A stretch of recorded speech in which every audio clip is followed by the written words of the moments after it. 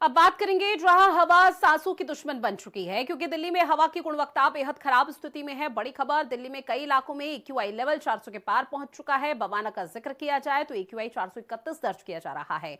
अशोक विहार में AQI level 412 दर्ज किया जा रहा है। जहांगीरपुरी में एक्यूआई 433, तो बुराड़ी में एक्यूआई 404 पहुंच गया है। नोएडा का भी अगर जिक्र करा जाए तो एक्यूआई 556 पहुंच चुका है। मेरठ में एक्यूआई 453 पहुंच चुका है। उत्तर प्रदेश में ज्यादा हालात खराब देखने को मिल रहे हैं। बड़ी खबर, जहां आपको बता दें कि एक्यूआई लेवल लगातार 400 के पार है और इसे बेहद गंभीर श्रेणी में दर्ज किया जा रहा है।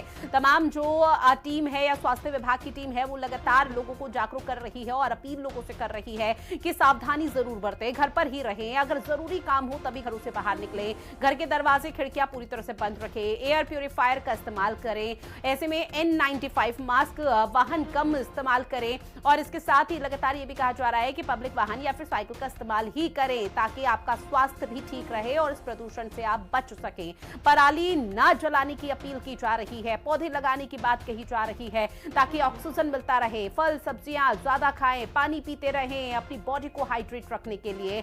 अब किन चीजों पर रोक है जरा वो भी आप समझिए, क्योंकि दिल्ली सरकार की तरफ से कई महत्वपूर्ण फैसले लिए गए हैं। जहां 10 साल पुराने वाहनों का दिल्ली में प्रवेश पूरी तरह से बंद है। BS3 पेट्रोल गाड़ियों पर बैन लगा रखा है। BS4 में भी लगातार बैन लगा रखा है और उसी को लेकर माना जा रहा है कि शायद प्रदूषण की जो स्थिति है वो अभी फिलहाल कम हो सकती है या रोकथाम हो सकती है, लेकिन अभी हालात नजर नहीं आ पा रहे हैं। प्रिया राणा मेरी सहयोगी नोएडा से हमारे साथ लाइव बनी हुई है। प्रिया, क्या कुछ जानकारी प्रदूषण को लेकर और किस तरह के महत्वपूर्ण कदम उठाए जा रहे हैं? जी बिल्कुल, देखिए अगर हम बात करें नोएडा और ग्रेटर नोएडा की तो लगातार जो एयर क्वालिटी इंडेक्स है वो अभी भी खतरनाक श्रेणी में बना हुआ है। इस वक्त देखिए मेरी मौजूदगी ग्रेटर नोएडा में है जहां पर एयर क्वालिटी इंडेक्स है जो 543 है। अस्पतालों में वो लंबी कतारें देखी जा रही है क्योंकि बीते कई महीने बीत चुके हैं जब वो खतरनाक श्रेणी में एयर क्वालिटी इंडेक्स लगातार बना हुआ है। बहुमंजिला इमारतें जो है प्रदूषण की चादरों में आपको लिपटी हुई नजर आएंगी। पीछे की आप तस्वीरों में देखेंगे तो ये बहुमंजिला इमारतें जो आप देख रही हैं ये प्रदूषण की चादरों में लिपटी हुई नजर आएंगी। हालांकि अगर हम बात करें, क्योंकि गौतम बुद्ध नगर में तीनों प्राधिकरण हैं, लेकिन जमीनी स्तर पर आपको धरातल पर कोई भी काम देखने के लिए नहीं मिलेगा कि प्रदूषण से निपटने के लिए कौन सी चीजें उजागर की जाए ताकि जनता समझे। ये बहुमंजिला इमारतें जो आप देख रही हैं इसमें बहुत ज्यादा केवी के जो है बड़े बड़े जनरेटर हैं जो लगातार चलते हुए नजर आते हैं, जिसकी वजह से काला धुआं निकलता है और आसपास के क्षेत्र में पूरी एक काली चादर की परत जो है वो छाती हुई नजर आती है। अगर हम बात करें सिर्फ नोएडा प्राधिकरण की तो कुछ दिन पहले अगर हम बात करें सड़कों पर पानी का छिड़काव तो देखा गया था, लेकिन अब वो भी बंद हो चुका है। जनता कह रही है कि ग्रेटर नोएडा में हमने अपने आशियाने इसलिए खरीदे थे कि बहुत ज्यादा ग्रीनरी है, लेकिन इतनी ग्रीनरी होने के बावजूद भी लोगों का सांसें लेना दुश्वार हो गया है। दम घोटू हवा अपने अंदर लेने के लिए जनता मजबूर है। वहीं अस्पतालों में जो लंबी कतारें देखी जा रही हैं वो बीते कई महीनों से जस की तस स्थिति बनी हुई है।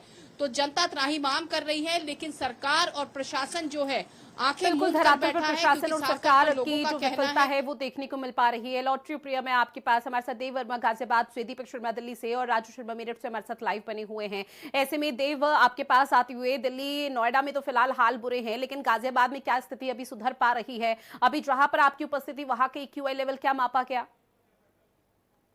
जी बिल्कुल, अगर हम गाजियाबाद की बात करें तो इस समय जहां मैं मौजूद हूँ वहां का एयर क्वालिटी इंडेक्स जो है 471 पार हो चुका है।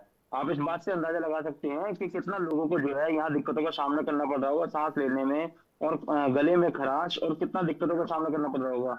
अगर हम बात करें यहाँ पर प्रशासन की, तो प्रशासन जिस तरीके से यहाँ पर सख्ताई बरत रहा है, लेकिन लोगों के अंदर अवेयरनेस नहीं है। वो उन सख्ताइयों के बिल्कुल उलट है। उनकी सख्ताइयों का जो है बिल्कुल ठेंगा दिखाते हुए वो अपने जो काम है उनको पूरा कर रहा है। जिस तरीके से यहाँ देखा जा रहा है सख्ताई को देखते हुए, तो लोग यहाँ पर जिन पे सख्ताई लगाई गई है, अगर कंस्ट्रक्शन की बात करें, कंस्ट्रक्शन पे जो है प्रशासन की तरफ से सख्ताई लगाई गई है कि जिस तरीके से एयर क्वालिटी इंडेक्स बढ़ रहा है तो कंस्ट्रक्शन का काम जो है रोका जाए, क्योंकि जब तक ये कंस्ट्रक्शन का काम रोका नहीं जाएगा तो एयर क्वालिटी इंडेक्स में गिरावट की बजाय बढ़ावट होती रहेगी लगातार। इस बात से आप अंदाजा लगा सकते हैं कंस्ट्रक्शन का काम लगातार जारी है। हर जगह जगह अगर देखेंगे तो धूल मिट्टी यहाँ पे लगातार उड़ रही है। और अगर हम बात करें यहाँ गाजियाबाद के नगर निगम की, तो नगर निगम की तरफ से लगातार पानी की बौछार तो हो रही है, लेकिन जो बात करें जो जिला अधिकारी के आदेश हैं, उन आदेशों को किस तरीके से यहाँ की जो जनता है वो ठेंगा दिखा रही है। और गाजियाबाद के डॉक्टरों की बात करें तो डॉक्टरों ने सीधे सीधे ये कह रखा है कि भाई अगर घर से बाहर निकलोगे तो इमरजेंसी में ही निकलो, अगर निकलते हो तो N95 मास्क का जरूर जी। उपयोग करें, अदरवाइज घर से ना निकले। बिल्कुल। और ऐसे में राजू आपके पास आते हुए, क्योंकि दिल्ली, गाजियाबाद, नोएडा का जब जब हम जिक्र कर रहे हैं तो यहाँ पर हालात पूरी तरह से बेहाल हैं। प्रशासन की विफलता और सरकार की भी कहीं ना कहीं विफलता देखने को मिल पा रही है। लेकिन मेरठ के ताजा हालात क्या हैं? क्योंकि मेरठ में कई ऐसे अंचल हैं जो कि ग्रामीण इलाके हैं, जहां पर पराली जलाने के जो केसेस हैं वो सबसे ज्यादा देखने को मिल पाए। तो क्या उसकी रोकथाम के लिए कोई कदम उठाया क्या? बिल्कुल, देखिए ऋतु, गाजियाबाद, दिल्ली और एनसीआर के साथ साथ मेरठ का भी वही हाल है। मेरठ में भी जो हवा है वो जहरीली हो चुकी है। एक्यूआई लेवल की अगर बात करें तो आज का जो रिकॉर्ड किया गया है वो 500 से ऊपर पहुंच चुका है। यानी कि जो हवा है, जिस हवा में हम सांस ले रहे हैं, वो हमारे लिए जहर साबित हो रही है। इसी वजह से जो सुबह के समय जो लोग मॉर्निंग वॉक करने के लिए जा रहे हैं, उन्हें खांसी समस्या का सामना करना पड़ रहा है, उन्हें गले में खराश की समस्या हो रही, साथ ही सांस लेने में भी बड़ी समस्या देखने में नजर आ रही है। हालांकि डॉक्टरों ने भी एडवाइजरी जारी की है कि कोई भी व्यक्ति जरूरत होने पर ही घर से बाहर निकले। अधिकतर बच्चों के लिए और बुजुर्गों के लिए एडवाइजरी जारी की गई है। लेकिन जो प्रदूषण विभाग है और नगर निगम है, जो उन्हें जो छिड़काव जिले में करना चाहिए था, शहर में करना चाहिए था, वो कहीं भी अभी किया नहीं जा रहा है। हालांकि जो निर्माण सामग्री वाले लोग हैं उन्हें जरूर एडवाइजरी प्रदूषण विभाग की तरफ से जारी की गई है। निर्माण करने वाले लोगों के लिए भी सख्त हिदायत दी गई है कि अगर कोई भी निर्माण करता पाएगा तो उसके खिलाफ जो जुर्माने की कार्रवाई है वो की जाएगी। साथ ही पराली जलाने वालों को भी सख्त हिदायत दी गई है। हालांकि मेरठ में अब से पहले भी कई ऐसे किसान हैं जिन पर पराली जलाने के मामले में जो जुर्माना है वो लगाया जा चुका है, लेकिन जो एक्यूआई लेवल है वो लगातार बढ़ता जा रहा है, जिससे लोगों को कहीं ना कहीं खासी समस्या का सामना करना पड़ रहा है। जो लोग घरों से बाहर सुबह के समय मॉर्निंग वॉक करने के लिए निकल रहे हैं, उन्हें कहीं ना कहीं सांस लेने में भी दिक्कत हो रही है और उसके साथ साथ गले में खराश की समस्या हो रही है और जो सांस है उसको लेने में भी कहीं ना कहीं समस्या नजर आ रही है। हालांकि जो जिला अस्पताल है उसमें भी लगातार मरीजों की जो संख्या है वो बढ़ती हुई नजर आ रही है। जो बच्चे हैं, बिल्कुल। और उन्हें देखिए, सबसे बड़ी प्रशासन की समस्या जो विफलता बुजुर्ग भले हैं, ही उनकी धरातल पर देखने को मिल पा रही है, लेकिन कहीं ना कहीं हम लोग भी अब जागरूक नहीं हो पा रहे हैं और हम लोगों का जागरूक होना बहुत ज्यादा जरूरी है ताकि पराली और ये प्रदूषण की रोकथाम को हम रोक सकें।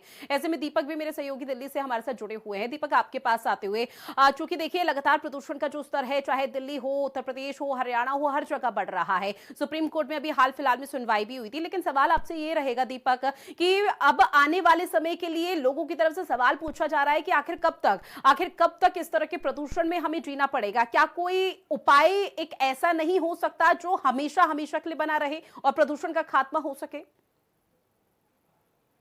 धरातल पे जो है वो कहीं भी काम होता दिल्ली में दिखाई नहीं दे रहा है। पॉल्यूशन लेवल लगातार बढ़ता जा रहा है और दिल्ली की जनता जो है वो इससे परेशान हो रही है। हालांकि कल मनिंदर सिंह सिरसा जो पर्यावरण मंत्री है, उन्होंने कहा कि दिल्ली में डीपीसीसी की करीब 187 टीमें जो है उतारी गई है। निर्माण कार्यों पर जो है वो जिस तरह से बैन लगाया गया है, जो गैर जरूरी निर्माण कार्य है उन पर जो है वो कार्रवाई की जा रही है और जगह 200 से ज्यादा जगह कार्रवाई करने की बात की गई है। लेकिन वो कार्रवाई जो है वो धरातल पर कहीं होती दिखाई नहीं दे रही है। निर्माण कार्य जो है वो धड़ल्ले से चल रहे हैं। ठीक है, पूरी तरह से दिल्ली गैस चैम्बर में तब्दील हो चुकी है, लेकिन आने वाले समय में किस तरह के कदम उठाए जाते हैं इस पर हर किसी की नजरें टिकी हुई है। बहरहाल, आप सभी ने जानकारी और तस्वीरों को साझा किया, उसके लिए बहुत शुक्रिया। और इन्हीं तमाम खबरों के साथ बुलेटिन में इतना ही। आप बने रहिएगा हिंदी खबर के साथ। नमस्कार।